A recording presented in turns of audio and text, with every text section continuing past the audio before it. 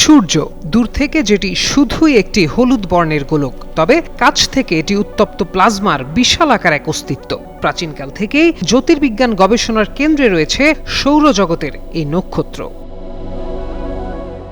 2006 সালে বিজ্ঞান খাতে অনেকটাই এগিয়ে থাকা চীন এক্সপেরিমেন্টাল অ্যাডভান্সড সুপারকন্ডাক্টিং টোকামাক বা ইস্ট নিয়ে কাজ শুরু করে, যা পরবর্তীতে কৃত্রিম সূর্য নামে পরিচিতি পায়। সূর্যের পারমাণবিক ফিউশন প্রক্রিয়াগুলোকে অনুসরণ করে এই ইস্ট। এটি মূলত চীনের হেফেই শহরে অবস্থিত একটি পরীক্ষামূলক ম্যাগনেটিক ফিউশন শক্তিচুল্লী। নানা ঘাত প্রতিঘাত পেরিয়ে সম্প্রতি চীন তার সেই কৃত্রিম সূর্য পারমাণবিক ফিউশন প্রকল্পের জন্য রেকর্ড 582 টন ওজনের একটি অতিপরিবাহী বা সুপার কন্ডাক্টিং চৌম্বকের পরীক্ষা সম্পূর্ণ করেছে। 2030 সালের মধ্যে ফিউশন শক্তির সাহায্যে বিদ্যুৎ উৎপাদনের লক্ষ্য বাস্তবায়নে এটি একটি বড় অগ্রগতি।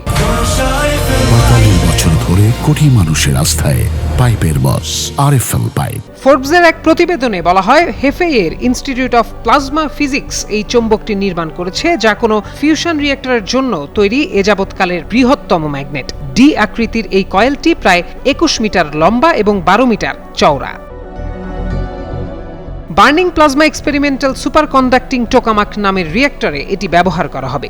সূর্য ও অন্যান্য নক্ষত্রের শক্তি উৎপাদনের প্রক্রিয়া অনুসরণ করে এই কৃত্রিম সূর্য রিয়েক্টরটি বিশেষভাবে ডিজাইন করা হচ্ছে।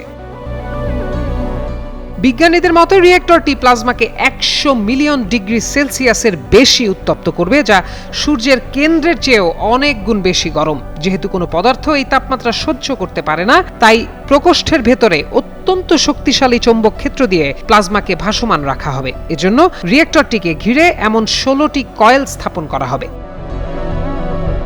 ফোর্বস বলছে, চীন 2027 সালের শেষের দিকে রিয়েক্টরের কাজ শেষ করতে চায় এবং 2030 সালের দিকে ফিউশন ভিত্তিক বিদ্যুৎ উৎপাদন প্রদর্শন করতে চায়। এটি সফল হলে প্রথাগত পারমাণবিক বর্জ্য ছাড়াই বিপুল পরিমাণ পরিচ্ছন্ন বিদ্যুৎ পাওয়া যাবে। বাণিজ্যিকভাবে ফিউশন শক্তি পাওয়ার বিষয়টিতে এখনও অনেক সময়ের প্রয়োজন হলেও চীনের এই অগ্রগতিকে ওই প্রযুক্তি বাস্তবায়নের পথে বড় ধাপ হিসেবে দেখা হচ্ছে। প্রত্যয় দাস, যুগান্তর নিউজ।